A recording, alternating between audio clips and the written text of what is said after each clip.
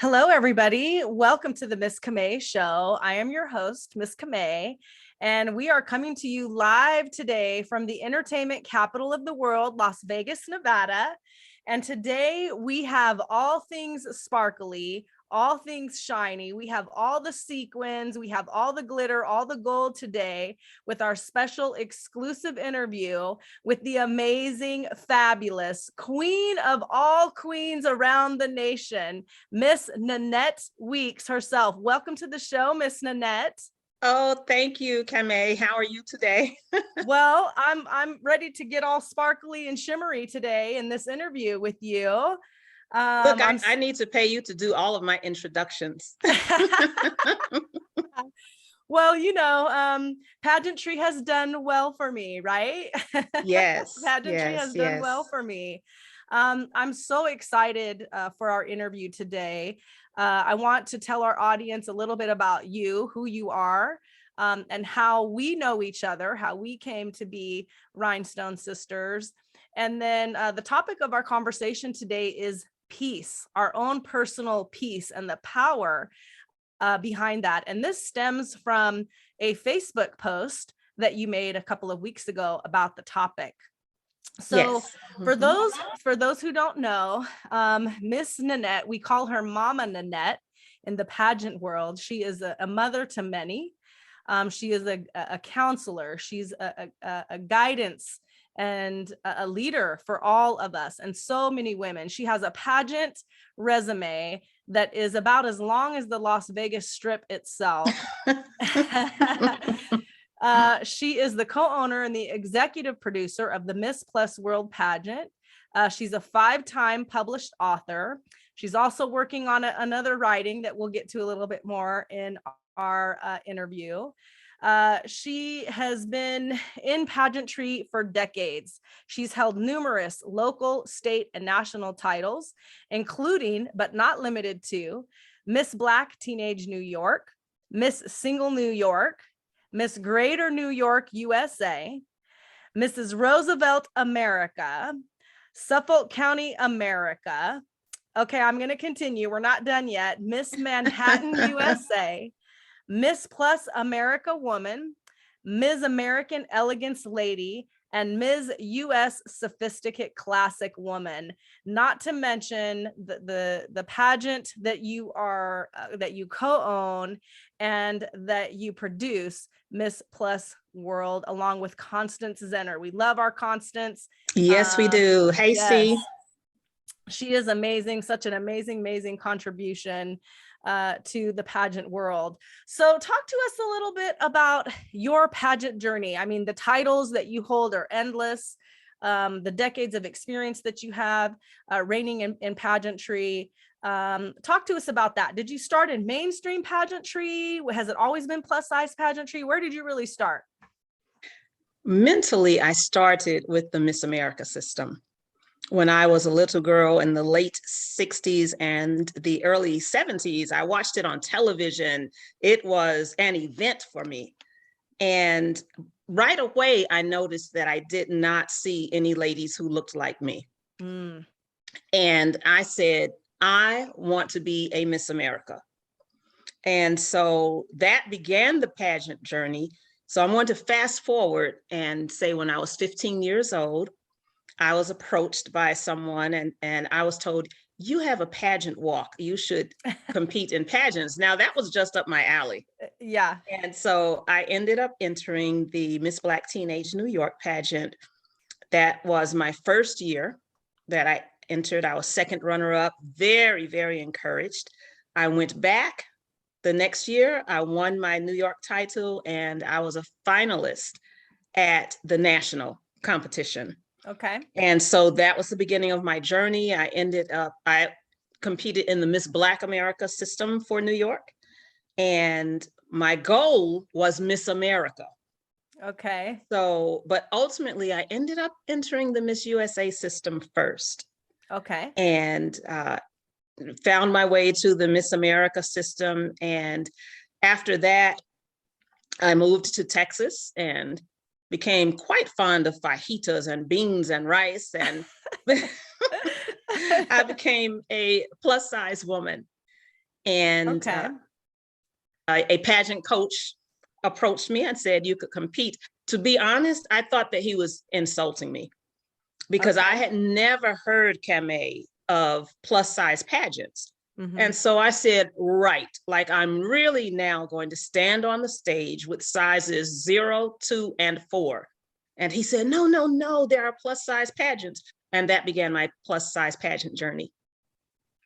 Wow. So when you say that it kind of insulted you a little bit, Mhm. you know, talk to us about the difference in competing in mainstream pageantry versus plus size pageantry, because, you know, those of you who are involved in pageantry, who are competing in pageantry or follow pageantry, there is a definite difference in mainstream pageantry and plus size pageantry, how they're covered in the media, how they're, you know, covered on television. And although plus size pageantry has really evolved probably since the 1960s when you originally started your pageant competition, it's very different now. And we have phenomenal, amazing, amazing women in plus size pageantry who are doing amazing things, quite well aligned and comparable to mainstream pageantry. So what was the difference, if any, for you? The difference was, first, let me qualify and say this is just my opinion. Okay. Is that the What- disclosure? Kind of like me, I'm not a that lawyer. is I'm a not giving you legal disclosure, advice. and I don't want anyone to be insulted by what I am saying, but I'm speaking from my experience and Yes. my perception. Perception is reality. Yes. I feel that the competition is different. I feel that in the mainstream pageantry, when I began, it was all about the competition. That's what you were there for. You were there to try to win the crown. Mm-hmm. And it was highly, highly competitive. You weren't there to, becoming friends and gaining friends was definitely a perk, but your primary focus was on competing and competing well. Okay. I find in plus size pageantry that the ladies seem to be overall in more need of validation sometimes, and they're there a lot more for the social aspect of it. And so as I transitioned into plus pageantry, even as a director, because I was the Texas Plus America director for 10 years, Right. and then became the director for Miss Plus America for 2. That wasn't a difficult adjustment for me. I had to make a paradigm shift because I wasn't accustomed to dealing with competitors whose sometimes immediate and foremost goal was to win. And so I'm highly competitive. And when I had my queens, I was pushing. We are going to go to national. Our job is to win. Yeah. And of course, I did want them to have a great experience, but I was maniacal about it almost. I mean, I checked underwear, Yes. rehearsal outfits, interview, everything that they wore. I wanted to know about and approve. And then I was very much a taskmaster when it came to the interview part of the competition because it was 50% Right. based on interview. Which is half of the score. Right. Yes. So I had one queen one year. I love her to death. We got off on a little bit of a shaky start because she won, and I did not feel that her interview was strong enough to get her where I needed her to be to compete effectively at national. Okay. And my job as her director was to make sure she was prepared. Yes. And I would give her some things to study. I would give her some journaling assignments. And she ended up saying, well, the pageant isn't my life. And so, and why did she say that? Yeah. And I said, but you're not able to answer these questions. Do you understand that they are going to ask you questions about current events Right. and philosophical questions? Well, yes, but I mean, I have a life. And I said, okay, that's fine. I can send your first runner up. Yeah. Yeah. I can prepare her, because we are not going to go there looking like Willie Foo-Foo. Yes. Yeah. And it was 2.5 weeks before national. Mm-hmm. And so she thought about it and she said, Nanette, I don't want my first runner-up to go. I earned this position. Right. So I'm ready to push. And she pushed, bless her heart. When we were at national, I went into her room one night and she had fallen asleep. Okay.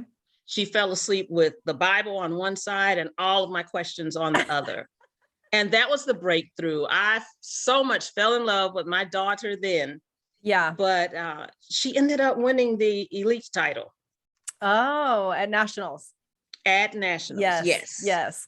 But Well, it's that aspect that sometimes I feel that the real desire to compete is not as strong as I deal with ladies who are competing in plus size pageants.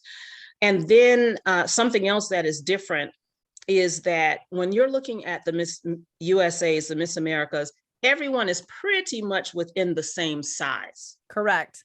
When you are dealing with plus pageants, the ladies come in different heights, shapes, sizes, complexions, and Geographic locations from different places, different countries, different states. Yes. Very different.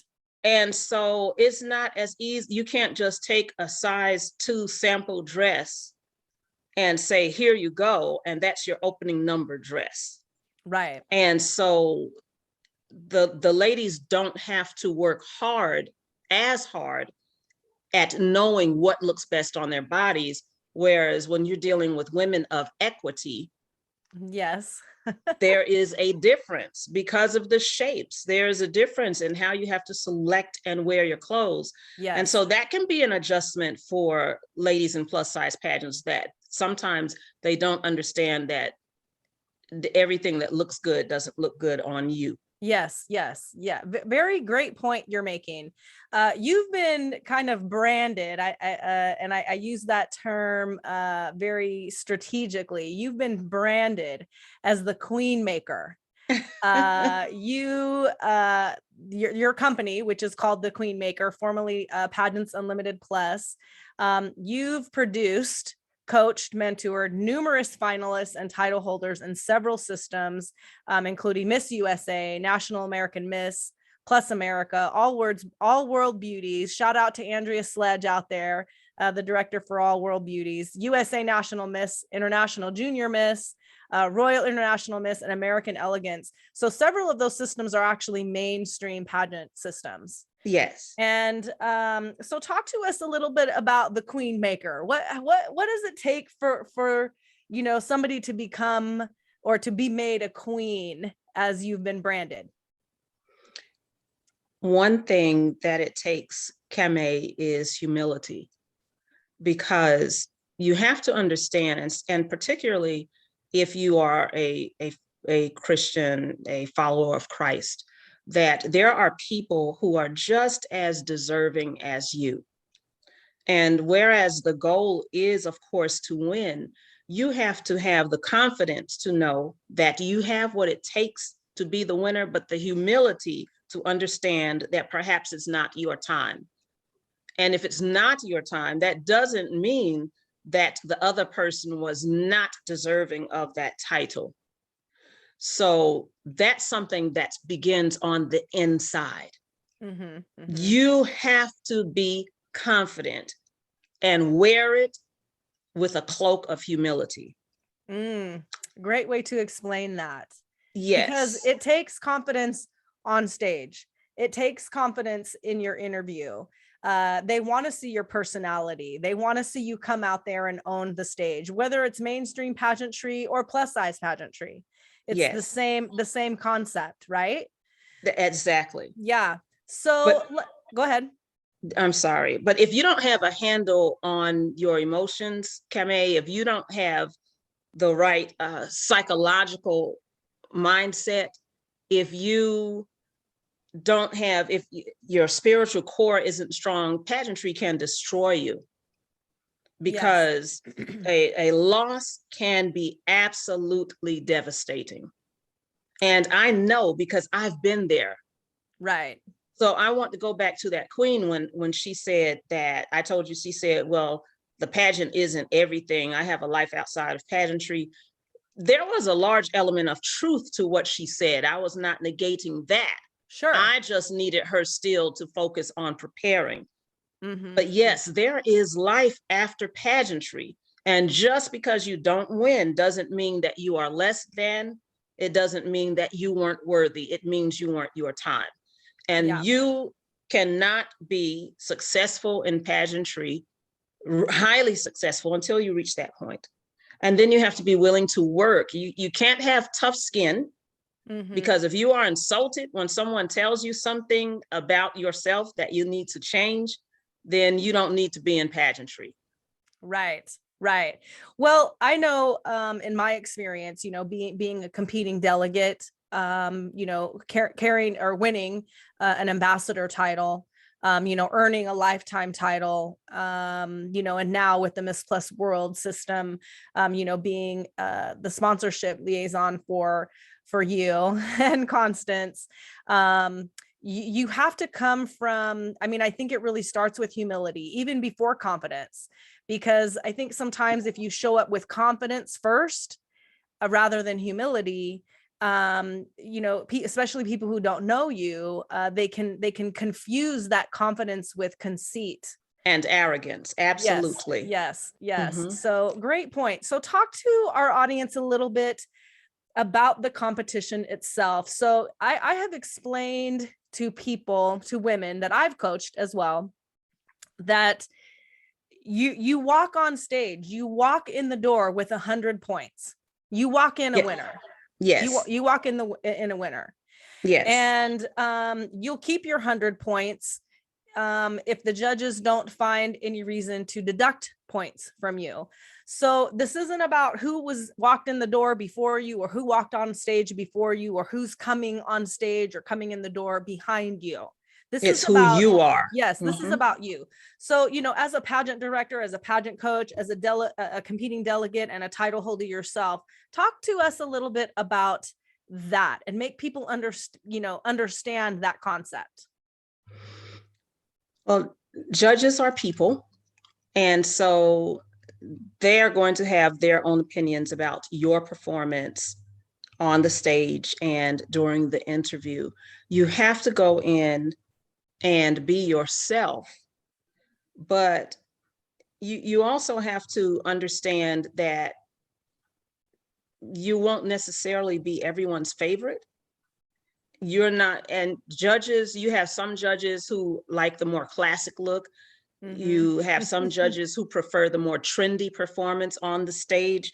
You have to be true to who you are, but there is also an element of code switching. That's something I taught my students, that there are different sides to everyone. It doesn't mean you're being phony. It's just that you know what is appropriate in what setting. Yes. And so ladies on the stage need to be classy, and you can mix classy and trendy. Correct. You can mix a trendy presentation with a classic presentation if you are open to suggestions. You cannot walk in feeling like I know it all and no one's going to tell me what to do. I'm going to do exactly what I want to do. Well, then why do you have a coach? Right. What's the point? Or not. Right. Yeah. What is the point? Right. And you have to be prepared to work for hours. Yes. So, and understand that days, hours, months. And even when you arrive at the pageant, it's go, go, go, go, go, go, go. Yes. And you still might not be able to get that 9 or 10 hours or 8 hours of sleep. And you still have to maintain your level of personality. You can't come in with the excuse, I'm rude and I'm grumpy because I did not get any sleep. You are under a microscope 24/7 at that pageant. Yes. And then even when the pageant is over and you are at home, you Mm-hmm. are still under a microscope because you don't know who knows that you're carrying a local title or that you are competing. Right. And you have to be prepared to represent at a level of excellence at all times. Just because you're not on the stage doesn't mean that you can come outside with all of your bra straps showing and you don't have to wear your shapewear Mm-hmm. and you look. I had some friends who said toe up from the flow up. Yeah. There Right. is a decorum that you must present. And ask yourself this: if you were standing outside of yourself, would you see yourself as a queen? Would you see yourself as a leader? Do you have the heart to serve? Because being royalty doesn't mean that you are the only one who gets served. Right. As Right. you have to know how to be a servant yourself. You have to know at times you must be quiet. You have to know that everyone does not have to accept your opinion. And so, Camay, a lot of being a delegate deals with mental management. And that is something that I go through with my clients, the whole gamut of the mental management of competing and being a queen. Yeah. Because again, if they're not ready from the inside, it's not going to register on the outside. Right. Right. Well, there is some queen maker coaching tips that we got just right there in that that you shared. I want to move right into our topic of conversation. Okay. Because you talk about being mentally prepared, right? And Yes. having humility. And I think, and we talk about competing and not winning, right? Yes. And not winning the crown. And I say not winning the crown because, as you have shared, just because somebody doesn't win that crown, just because somebody doesn't win that title, does not mean that their journey ends there. It does not mean that they cannot, that they stop their community involvement. Does not mean that their platform is no longer important to them. They can continue on carrying their city title, their local title, or their state title, for their reign. And because that is a title that they've earned or that they have received. And they can continue to follow, what it is that they are truly in love with and passionate about, peacefully, and having peace around what they are really doing, the journey that they are walking. And as you said, they might not have won then, but they potentially will win when it is their time to win. That's right. So we talk about, this Facebook post that I came across, and I want to read it for our audience. So in a Facebook post, you said, Nanette, I don't know how you feel, but peace is my most valuable asset. If any situation, decision, job, group, or person costs me my peace, the price is much too high. Those things will bankrupt my state of being. So and then you go on to say they are too expensive and toxic, and you'll stay away from them. If you don't have a shield of peace around you, which I love the way that you framed that, if you don't have the shield of peace around you. So as a competing delegate, we travel, nationally or internationally to compete in a pageant. Yes. And speaking from my own experience, there has to be a level of peace that you have even going into a competition, so that you can be authentic, so that you can be transparent and be authentically who you are, so the judges can actually see that. And I really believe without peace, without having personal peace and mental peace, you're not going to compete well, you're not going to present well, you're not going to show up well because you're rattled. So you said in this post, great suggestions. If you don't have the shield of peace all around you, Negative energy takes over your mind, body, and spirit. And that is an absolute accurate statement. I will say, tell you that my first year in competing in Miss Plus World, my husband and I were engaged at the time, I think, and I'm in Houston, and my husband is in Vegas. And, there was a little situation that presented itself, and I'm in competition mode. I'm competing, and my coach, traveled out and came out for the pageant, and it was distraction. My peace was, I allowed my peace to be disrupted, and it did take, it consumed my mind. It consumed my mind, which is, it starts in our spirit and our soul, and then it, manifests itself in our mind and our mentality and our physical projections, right? Yes. If negativity, discord, doubt, fear, anxiety, confusion surround and engulf you, do not compromise upon or sell your peace. Some things you just don't need. Your budget can't handle it. So talk to us about that, and kind of how it relates to our exclusive interview today. We are sharing, or you are sharing publicly, about some life-altering news that you received some time ago. And, we've talked about that, and as it relates, to your personal peace. So, in sharing and being transparent, Mama Nanette, when you receive this, life-altering news, when you have a husband who's done something, and it's disturbing your peace, how do you become peaceful? How do you focus on your peace? How do you, rely on your peace to get you through it? I get through it through my relationship with the Lord. And I don't know how else to put that.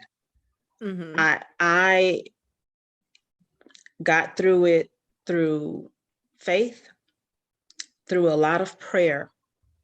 And there are tenets to faith. We hear all the time, oh, if you have the faith of a mustard seed, then it will be okay. Have faith, believe in what you don't see. Faith is in what you can't see. And you know what? Those are great words. Right. But it's not as easy to really make that peace manifest. And so there are some things that go along with faith, and there are some tenets, and those tenets are virtue, which is character. And it's like the faith is a bridge. And then you have all of these things up under the bridge that help to support it. Okay. And so you have that part. You have the knowing the word. There are some scriptures that lend themselves to having faith. There are some things that you believe in. And even when you tell yourself, look, in the Bible, the very first words are in the beginning. In the beginning, God created the heavens and the earth. Well, guess what? We weren't here in the beginning. And I often wonder, well, what do they mean exactly when they say faith is in what you can't see? And then when I heard the minister say that in the beginning, we weren't there, but yet we believe in God, that is faith.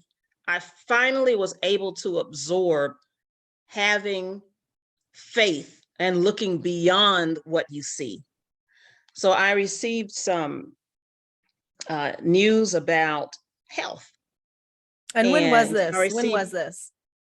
It's Camay. It has been a year. Okay.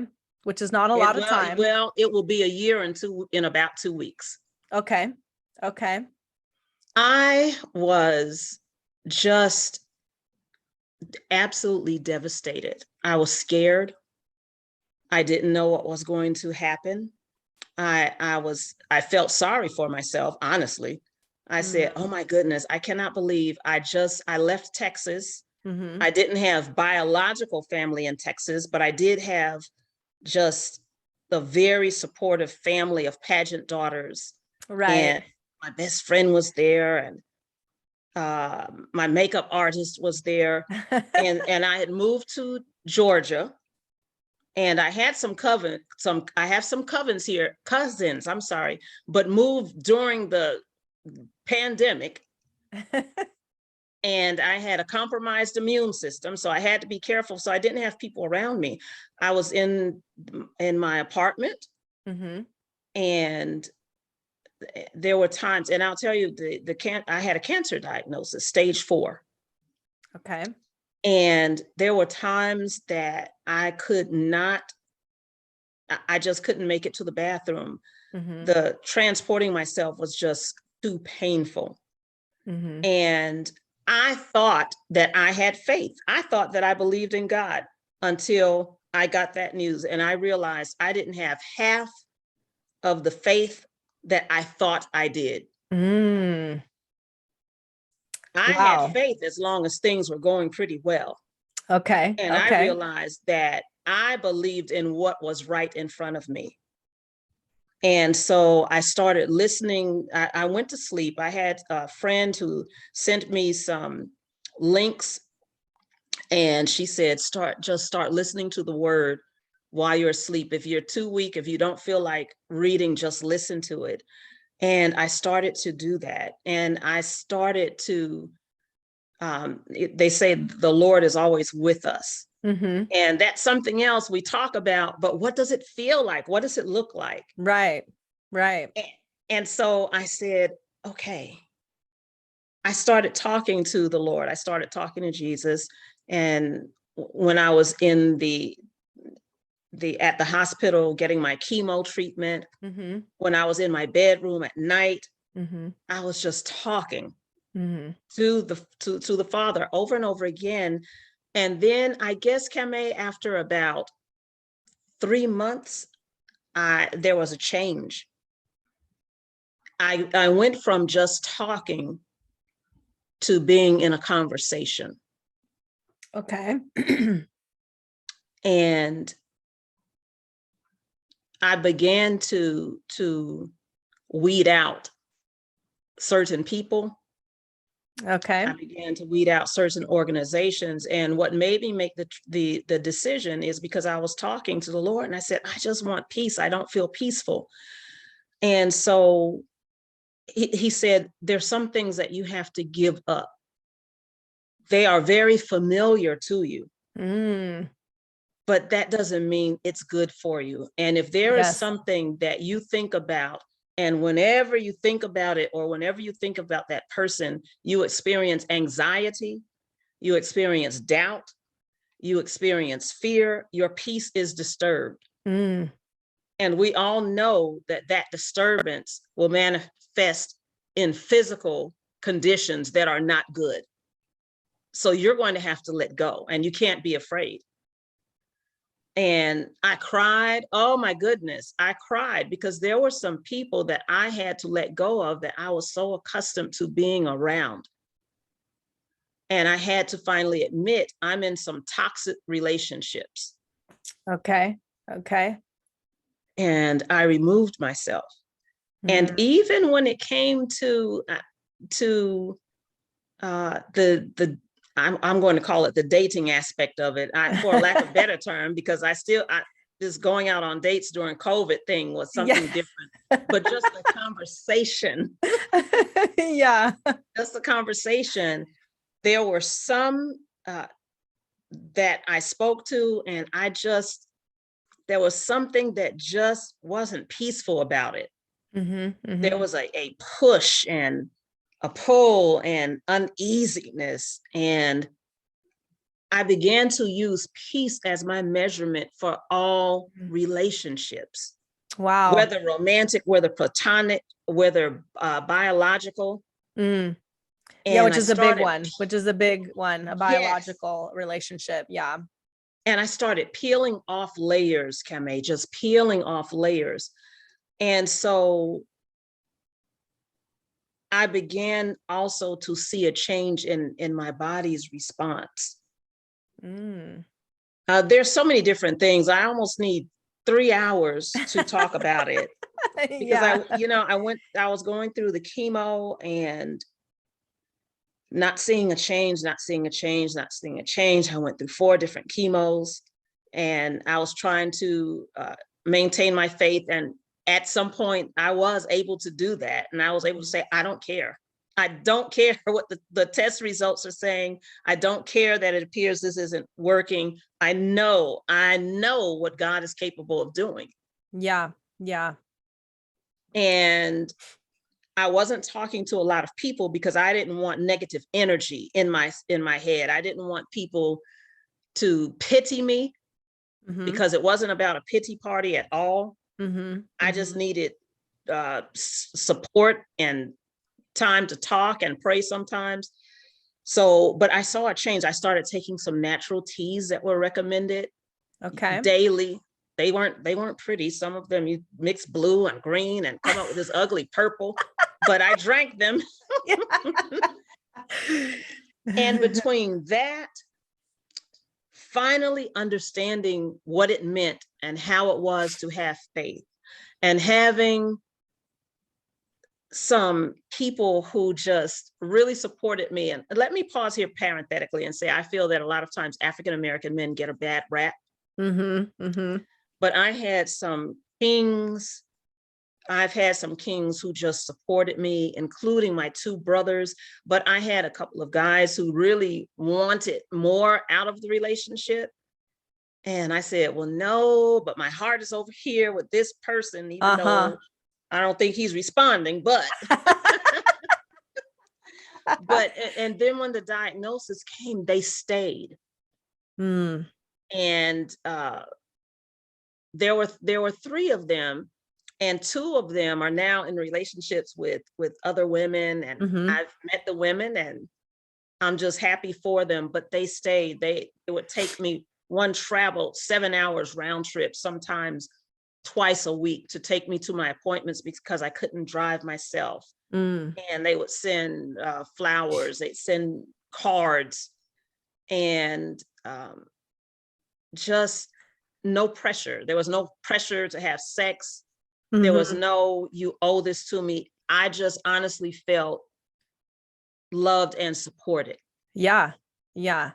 And I felt at peace in their presence. Yeah. Key point there. Key point. Yeah. And in their presence doesn't necessarily mean in person, but I mean on the telephone or whatever. Right. Interacting with them, having them in your life. And that is absolutely correct. Yeah. Because the person doesn't have to be with you in person physically to disrupt your peace. Oh, yes. Yeah, exactly. And, I wanted to live. I wanted to live. And so I didn't know who could give that to me besides the Lord. Especially if the doctors were saying, well, we can talk about how long we can extend your life, maybe a couple of years. So I ended up going through all of these different phases.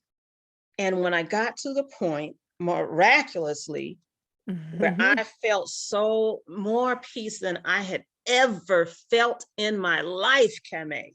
Okay. I felt this warm glow. I felt surrounded and just comforted. And I went for a test, and I didn't know what to expect. I thought, maybe this time I'm going to see maybe a 25% improvement. And I talked to God and I said, I believe in you. I trust you so much. You know me, I'm a little hard-headed. So could you just show me a little bit of something? Yes. And then I went, and they said 87% of the cancer cells are just gone. And he said, I'm amazed. I cannot believe this. Wow. Yeah. I'm sitting there smiling, and I'm thinking, I can believe it. Yeah. Father. Yeah. Well, I will share with you, Mama Nanette. There's so many people who love you. There are so many daughters around the world that love you, that are here for you, that are here to support you. You support us. We are your daughters. You withhold so much of yourself when you're pouring into all of us. And God has given it back to you. He has given it right back to you, what you have given to so many women for so many years, for decades, unselfishly. You want to see women in their own righteous greatness, and you give that to us, and God simply gave it back to you. So amen. I'm so moved that God did what he did with you. It was no accident at all. And you have to be here, Nanette. You got a lot more queens to make. Your job is not finished here with us at all. We might be queens today, but we might, our little tendencies tomorrow. We need you to get us back on track the next day. And, amen. I thank you for that. Yes. He told me, he said, your time is not up. Yeah. And a scripture came to my mind. I don't remember. I'm bad at remember the books and the chapters, but I remember the scriptures. And it said, after you have suffered for a little while, you'll be saved from destruction, and you'll be able to continue your life. But he did speak to me and said that your time is not up. And then I started doing something different, because when I prayed previously to that, a lot of times I would say thank you, but I prayed for things. Okay. I prayed for this. I need for this to happen. Will you give me this? Can you get me through that? And then I began to pray, Father, what can I do for you? What is it that you need from me? Okay. What can I do to make you smile? What can I do to help a child of yours that you need help, that needs help, and you feel that I can do something? Talk to me. Wow. And so in this time of this news and your treatment and this, journey that you're moving through, you're asking, what can I do for you? Instead of saying, do this for me, please do this for me, like you were saying, please help me get through this, me, help me. You actually got to a place where you said, what can I do to help, or who can I help? Yes. Wow. Yes. And then I also said, with this, a gentleman, Mario, we'll call him Mario. Yes, Mario, the Italian stallion, Mario. Yes. Yeah. Oh, look at that big old smile on your face when you talk about Mario. Oh he makes my heart flutter. But yes. And I talked to the Lord about him, because he wasn't interested. So I said, look, this is my heart. This is where I want to be. But Father, if this is not the person that you need for me to be with, I'm going to cry and sling snot. But then show me who you have for me, because I want to be within your will. Yes. Yes. And just like you sacrificed your son for us, all of us. So certainly if there's something that I want, but you need for me to go in another direction, I can make that sacrifice. Wow. And I meant it. And then Mario's heart towards me started to change. Okay. In a positive direction. Yeah, he wasn't going to win that competition with the Lord at all. He lost from the beginning. But won. Won. And what a crown he received. What a crown he has received. We love you so much, Mama Nanette, and I apologize for my emotions. I know the women. I love you, Camay. Yes, I love you too. I love you too. I know the women whose lives you've changed.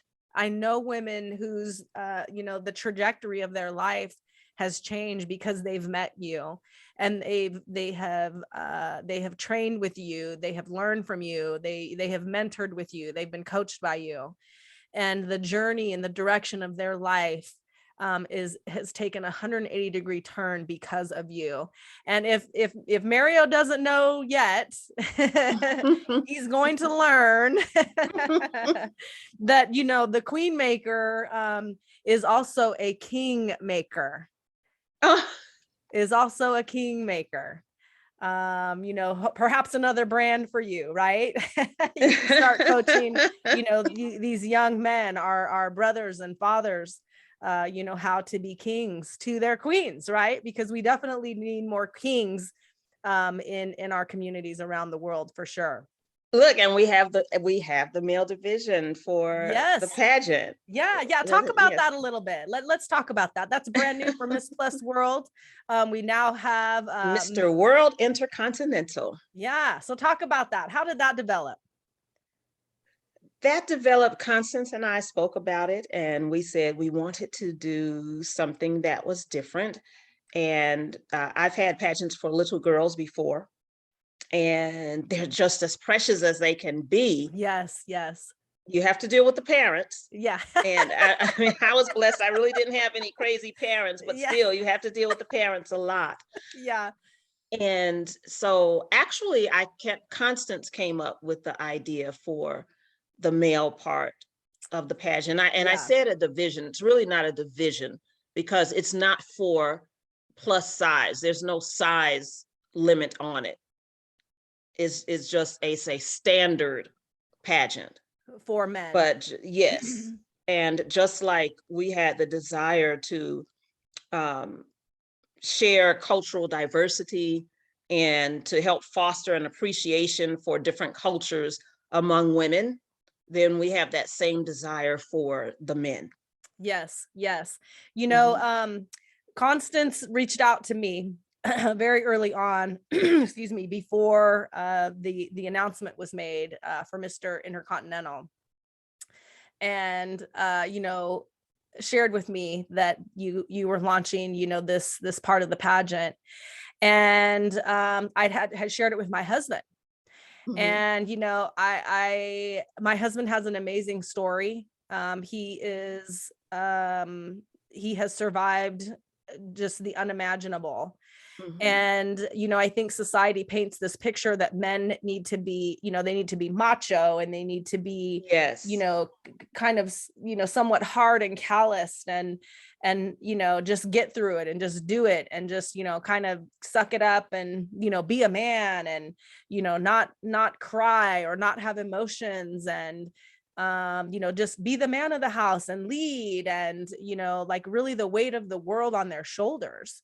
Mm-hmm. And so, men lack the support system, if you will, that women have, because women, will share their story. Society accepts, that transparency, with empathy and compassion with women. But when it comes to men, it's, the standard is different. Mm-hmm. And so we don't have men listening to male testimonies of survival, of overcoming, of being institutionalized and getting out, and, changing the trajectory of their life and not going back to being institutionalized. And so, where do men go for this? Where do they go for this direction? Where do they go for this conversation? Where do they go for the support when they maybe have fallen and made a mistake, and they're dealing mm-hmm. with it now? Where do they go? So congratulations on that aspect of the pageant. Let's talk about that for anyone that's watching the interview. You can go to missplus.world and find all the information on the pageant. We're currently taking applications for titles. So give us some dates, Mama Nanette, and the areas of competition for Mr. Intercontinental. So Mr. World Intercontinental will be held March 10th through 12th in Houston, Texas, at the Houston North Sheraton at George Bush Intercontinental Airport. And there are 4 divisions. The divisions are all weighted at 25%. the categories of competition, and it's formal attire, denim attire, dressy or casual, national costume, and panel interview. Yeah, good luck to all the princes out there who are competing for that king title. Have we made an announcement of any competing delegates that MPW has yet? We've announced them through Facebook, and Ariel has made some announcements, and we're getting ready to make our last group of announcements in about 2 weeks. In about 2 weeks. Okay. Yes. So who can we, announce that's competing in that pageant? Who do we have so far? In the Mr. Yes. Or both? No, in Mr. World Intercontinental. We have Jermaine Smith. We have Daquan. We have Anthony. I haven't memorized all of the last names yet. we have Deshaun, and we have DeMarcus.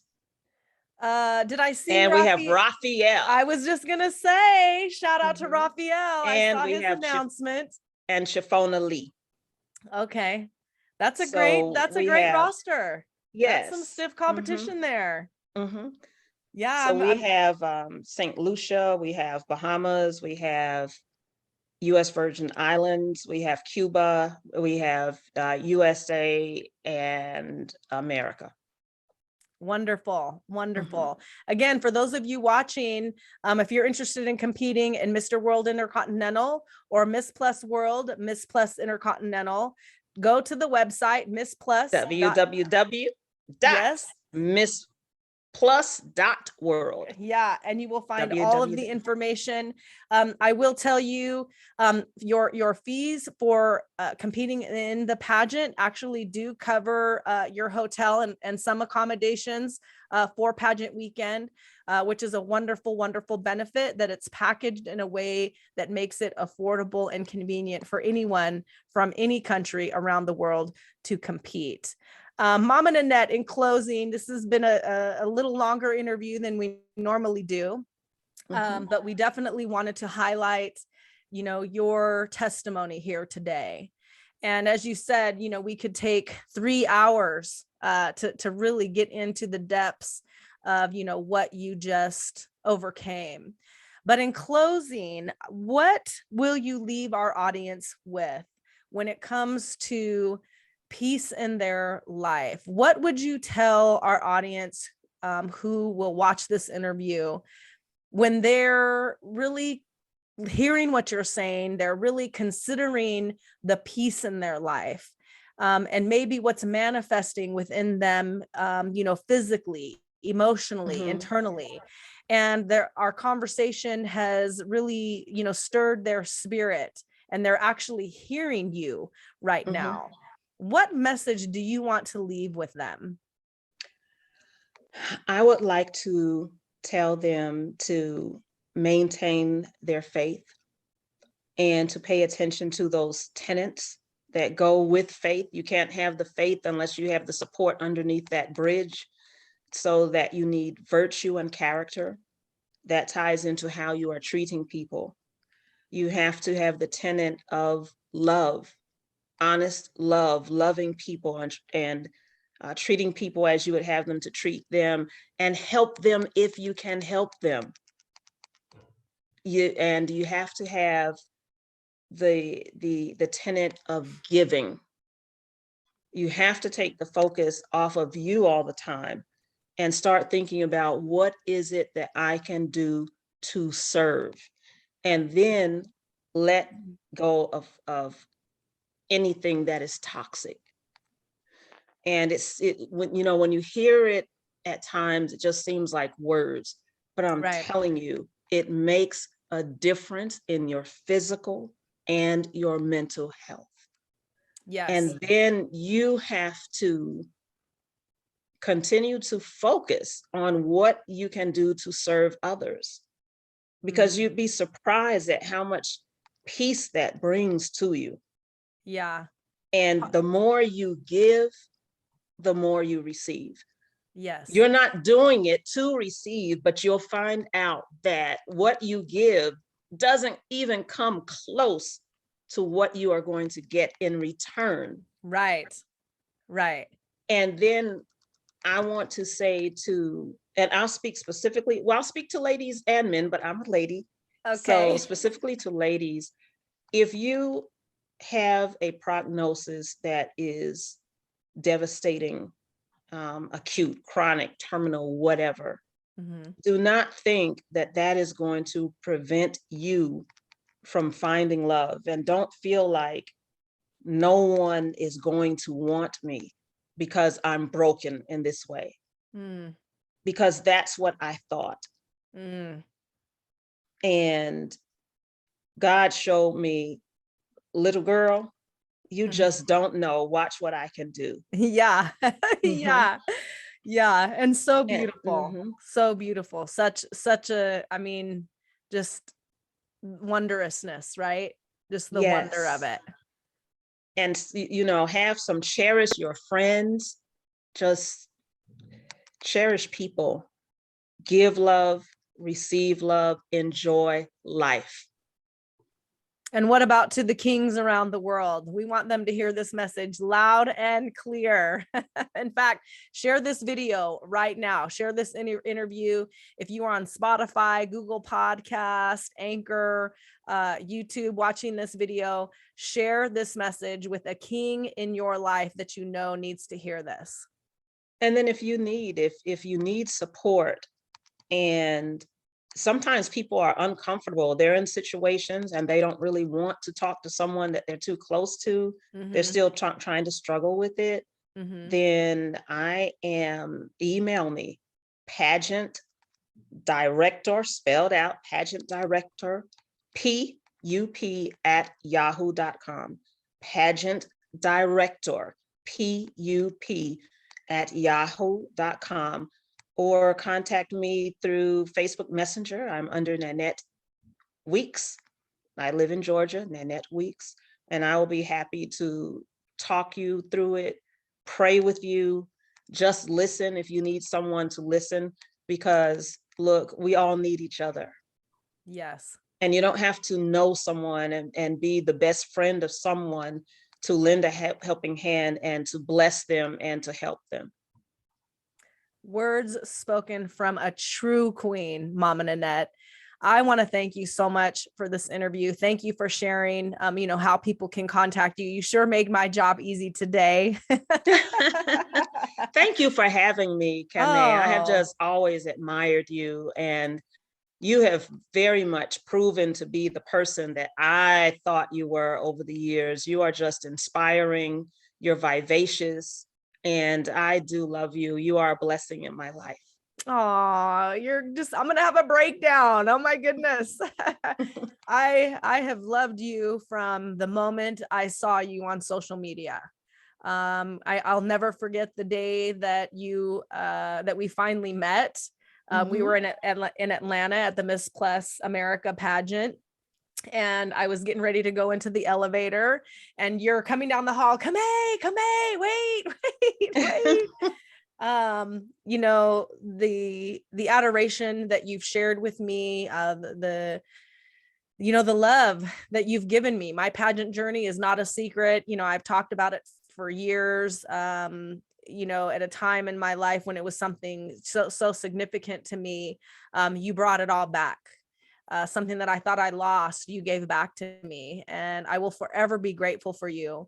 We'll always be here to support you, no matter what happens, no matter what any doctor may say to you. You have my phone number. Amen. You call me. I am here for you, as well as all of your other Thank queens you. that you have made.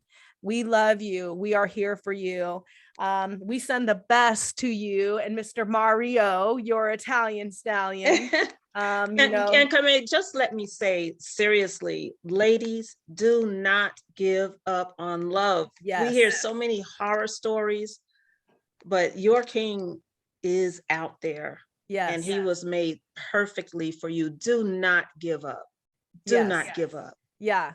There are some good men out there. Yes, they write it down on a list, ladies. I've told many women, write down the top 5 attributes, and height and abs of steel is not an attribute, ladies. I will just put that out there. Thank you. Thank Yes, you. yes. Write down the top 5 attributes that are most important to you in your life partner. Sleep with the list under your pillow. Look at it at night before you go to sleep. Pray on it, manifest, sleep on that. When you wake up in the morning and you're making your bed, look at the list again. Your mind, your spirit, your behavior, your actions will move in that direction, the direction of those Absolutely. attributes. You will begin to notice those attributes because you're studying them, you're focused on them. Don't lose sight of what you know you want in your life. You can manifest it for yourself. Mama Nanette, thank you so much for this interview. I'm so grateful for you. I so appreciate you trusting me on this platform, sharing your testimony. This is not the last time you will be on the Miss Camay show.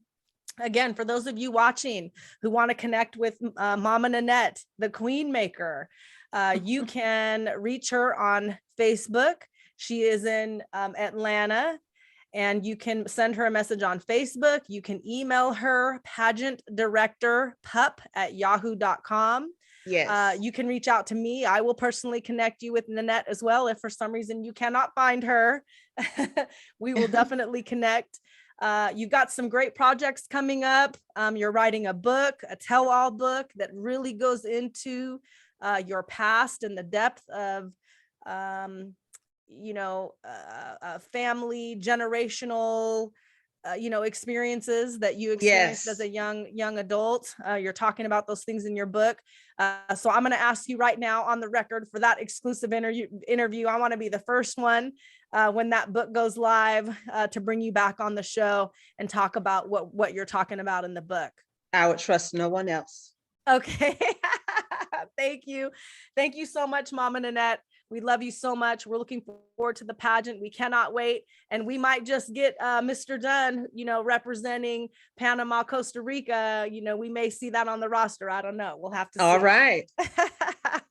Well, thank you so much. You have a blessed week, my dear. Yes, you too. Thank you so much. Thank you for watching, everybody. You've been watching the Miss Camay show with the exclusive interview with Nanette M. Weeks. We'll see you same time, same place next week. Bye-bye, everybody. Yes, and Merry Christmas. Yes. All right. Bye-bye. Bye-bye.